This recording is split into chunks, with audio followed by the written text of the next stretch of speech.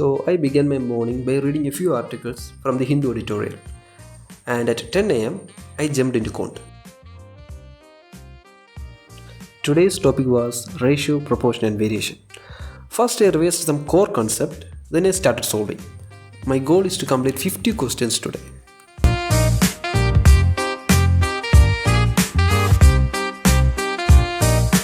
In the afternoon, from 2 to 4:30, I continued with Quant.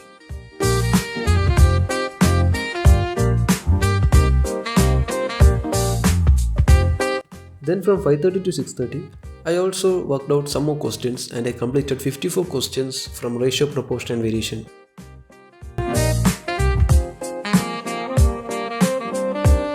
At 7 pm, I shifted to DALR and I tried two sets. One was on games and tournaments and the other was on pie chart, and both of them were tough to beat.